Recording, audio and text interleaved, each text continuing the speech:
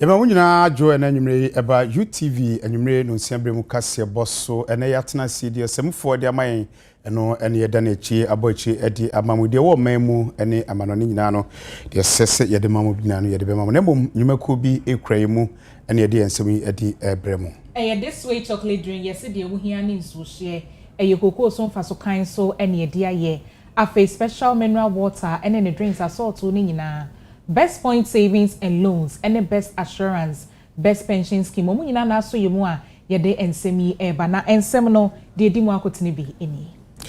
Omampani abedi akire yede ato oman mari nyina anim se emfa ho osom bia obia esom yeka ye ho boma ebeboa se oman ba ko se ne be ya oman ebetumi akonanim na edom dodo e wo mrahye bedwafie nso e de abasesese passport bontumu a abano Ghana fo nsom esanse etaso mu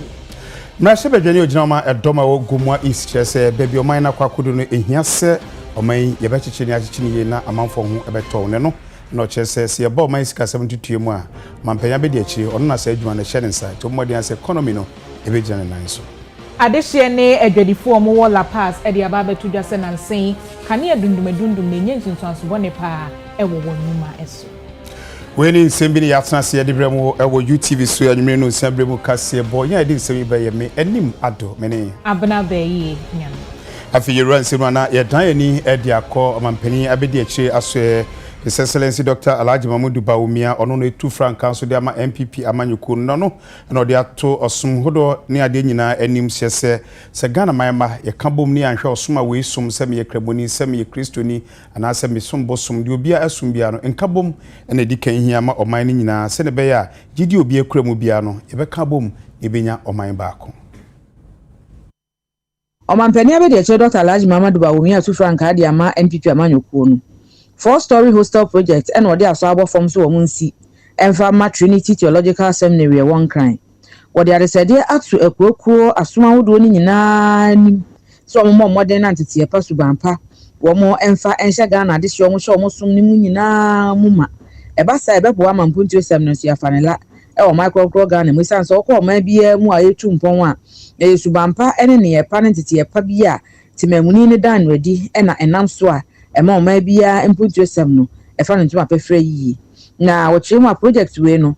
na tena ye na afen so get fund ene Ghana Tertiary Education Commission no ene wo mo eboa wo sika fam wo hwe ani mu se abosomi baako du 14 months ntam nie de no mo asi awie. We can have a lot of educated people,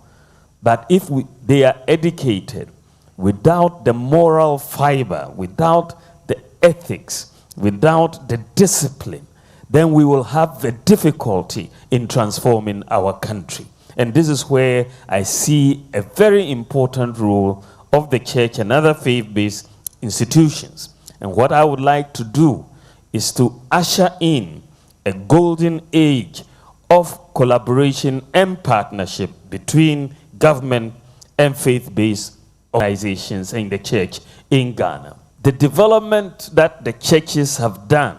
in my opinion, supersedes all other development partners in the country. Look at the schools that have been built. Look at the universities that have been built. Look at the hospitals that have been built. Without these, where would Ghana be? Without the human beings that have come out of these institutions, we would be a very different country. And so I want to, as I said, usher in a golden age and incentivize our faith-based organizations who are our development partners, because they are undertaking development all the time. And I believe that if we give them incentives, as we give our external development partners, we will see a lot more coming from our faith-based institutions. And I want to usher in that one, and we will legislate those incentives in the context of the proposed charities bill. Masobedwanima asen south a ono asagina mu say suafo abedi e chehwe nwomasian sam su yonu munyamfo John ntimfo dwo wode asadashon kokoye de mamampani abedi e Dr. Alhaji Mamudu Bawumia se wadi ne bohye nsam so na wo tokoso ehwe se obetimi asi 200 bed hostel a eno ne 4-story hostel we e de ama Trinity Theological Seminary. Alhaji Dr. Mamudu Bawumia, a Muslim vice president, It took him under his direction for God to use him to bring this promise to fulfillment and to bring this joy to the hearts of the Christian community. This institution is one of the greatest institutions beyond the shores and confines of this continent. And it's a great pride of the Christian community. And I stress again, God used a Muslim vice president to bring this dream to pass. And it is significant to stress. This project is significant beyond just a place of abode for our pastors and our clergymen and women. But far more beyond that, it is a demonstration of the fact that God is no respecter of persons, and he can use anyone he so chooses to anoint, to bring to pass his will for his people, and to bring prosperity for his country. Ene edom dodo e wom rahye bedwafie eye nsentrofo nhyiamu na onimonyamfo Andy Apia Kubi wona ye chairman Emma Foreign Affairs e wom rahye bedwafie na ama no woka no ni nyina efa passport bontum asese e 300 Ghana e 500 Ghana cedis wo se eyade a eto asum na kane no aban sheda efa ekane bi esanse na akoye se eya hyensodo e wo se wunya na kire se wo ye Ghana ni na so se Ghana card aba enu nti se aban emfa sa akane biem na wo se wutu kwan a wo pe passport na wutu asa sika na eyade eto asum nti obesere se Ghana de hye yensom Ghana kwa passport bono e wo form dodo na baby fo nyina Liberia enu omo na printed passport from the same place omo charge omo crofo $499 almost $50 omo tua wo Liberia and so Ghana ye $100 na we enu nyina ye 100 cedis we enu nyina ye bibi a kire se passport no so ne bo ankasa no buku no kwa ne bo no 400 Ghana cedis enti mfie atwamu nyina no aban de sika 300 Ghana cedis ene boa wo mo epe passport no a edi tua ema wo na sa sika no aban de tua no sika na ye mo sika mo tua mo taxes mo tua ene ye de sa passport system no mu ema wo mo etukwa no nya akwanya etukwan na obi beka se enti yese mi a mi pese etukwa no me na metua sika de aboa obi opeso tukwan yana and senia ye nyina yinim no the answer is no na so obi peso tukwan ya ene ono antua de sika ode beje ne passport no nko na de enti anaka ne no na ye de sika hyem eboa kwantufo ne se samre no na passport no na ye opeso cheso ye gane ni a ene na ode kire enti sabre ne de na ye right se obia enya passport no bi na ade akire se ye gane ni ene nyame adumama ye wo national identification card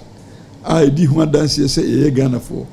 enu di sabre no wihia national identification card no bio wihia passport no bio ena ade akire se ye Ghana ni na mo national identification card Ministry of Foreign Affairs omoba parliament say omoba ji akonhumasika ye afi akonhumasika ye budget allocation no omoba ye no omo say passport no ni bo no 400 no still aban emfa sika enu bi nka ho ye subsidy no ni emfa ma wo mo tukwa no ye parliamentarians ya na si ye no mo nya adwene adentina obi o mpeso tukwan ye de sika ekoboa obi o peso tukwan ebra benya passport erinti ye hye o mo se o mo hwehwe kwan foforo bi a o mo befa so a o mo betimi akoba o mo cost o passport no enu na ma o mo koye no mo dwene ho no mo de hye ba e se ene na yenyi subsidy ni free ho se aban se entua de a yenyi subsidy. It was a decision of the whole parliament na menye sure se nipa bi be ka se decision no anye yi Jumedie bi akoso a dwadie ho jumedie Ghana ene Kenya akom ho abom omo mudidwa ene omo kito wankasa omo adwuma ne no ene omo kyerese se kan ho bom na abiman so die ho dwa ebeboa ama yesika atumi akosoro ne no ena so afa be die kyerehwe ama hodo ensem so mekire onabo kwaku ampretwum ekasa no kyerese eho behia se Ghana ene Kenya kan ho abom na adwadie ho nsem ebekoyie sanse banesa ɛno ɛboa mempuntuo ɛba. I make create an opportunity and a platform via my African countries. Yetimi trade the critical idea woman. Say a country back on a country back who trade who move goods and services to her. What tax via utia a friend a tariff. So tariff no a big barrier. Emma in Kitahudi baby. Enti ye ma wo mo companies yan keto ano saa sika sem na framuntin obi produce small scale company bi produce o Ghana or the Kotogo a bi anka market wo ho no akoton a tariff no e ma wo bebre no entumi entu saa na mo me fast small company kesefo so wo omode ana African countries trash na hu say look as I say yetimi di ehudwa yedi ehudwa na trade among ourselves it will be better for a free sabi amanone Europe ni de keke out of that and after no by Africa Continental Free Trade Area headquarters no Ghana. So now it makes it easier for the Ghanaian small scale company or medium whatever or SMEs as a friend to do business in as much as you say at the end you produce soon or an African country, another African country, another African country, aqua tonwa, sa tariff 7 and a tax in ocean temor, countries 75%, but within African countries 15%. How? So we are not in control. You need control on the prices. We are not in control of the negotiations. But if we sell and trade among ourselves, we'll give you favorable prices and favorable conditions. Say Euro phone crab no babetono. Asa, and this omutia more and son of menya yendi kakra. We no more near my also to me the tumpon at the bois trade in Ghana, trade in Africa, and then after that, trade in the world. I think the first hurdle African government we are opening our markets. Because before then, if you want to enter into any market, duties a year was no product no intimate to say na sa omo twaso kakra na eboa the tosumenu transportation and facilitation of trade. So if you don't have a very good efficient transport system, sending goods to another country is very expensive. When you add it to your cost, goods and products in competitive. So that has to be overcome. The third part is harmonization of the standards. Semi product we produce in Ghana. Now go through the bureaucracy of getting it certified by Ghana Standards Authority and the Food and Drugs Authority. And then we go through the same process there. It takes time, it delays, it's bureaucracy, it costs money. And harmonizing standards now. There probably mutual recognition agreement. And it's a Obia respecting it there. Second for the bar, we accept it. When Ghanaians send there, we accept it. So it means we must understand the standards. We must make sure that we meet each other's standards. Yebe dan ye honi agi abrafo nkratwe di kan yeba yebe to aso.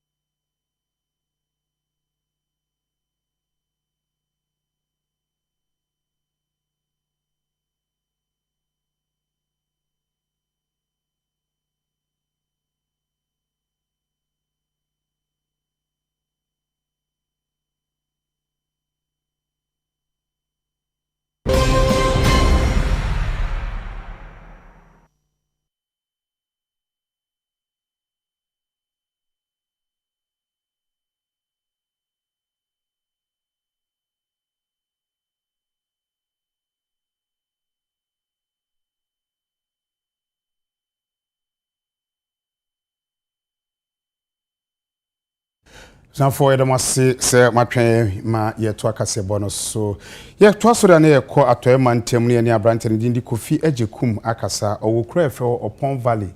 na omananse se ne se omonsaase asebe omukoko wo so omdidi so no enipa bi aba bedwiri koko a eka ne beye edu egu ba bi a omba betu galamse ho na omkyese omobo enwoso ti omma amansan ne aban nate koko board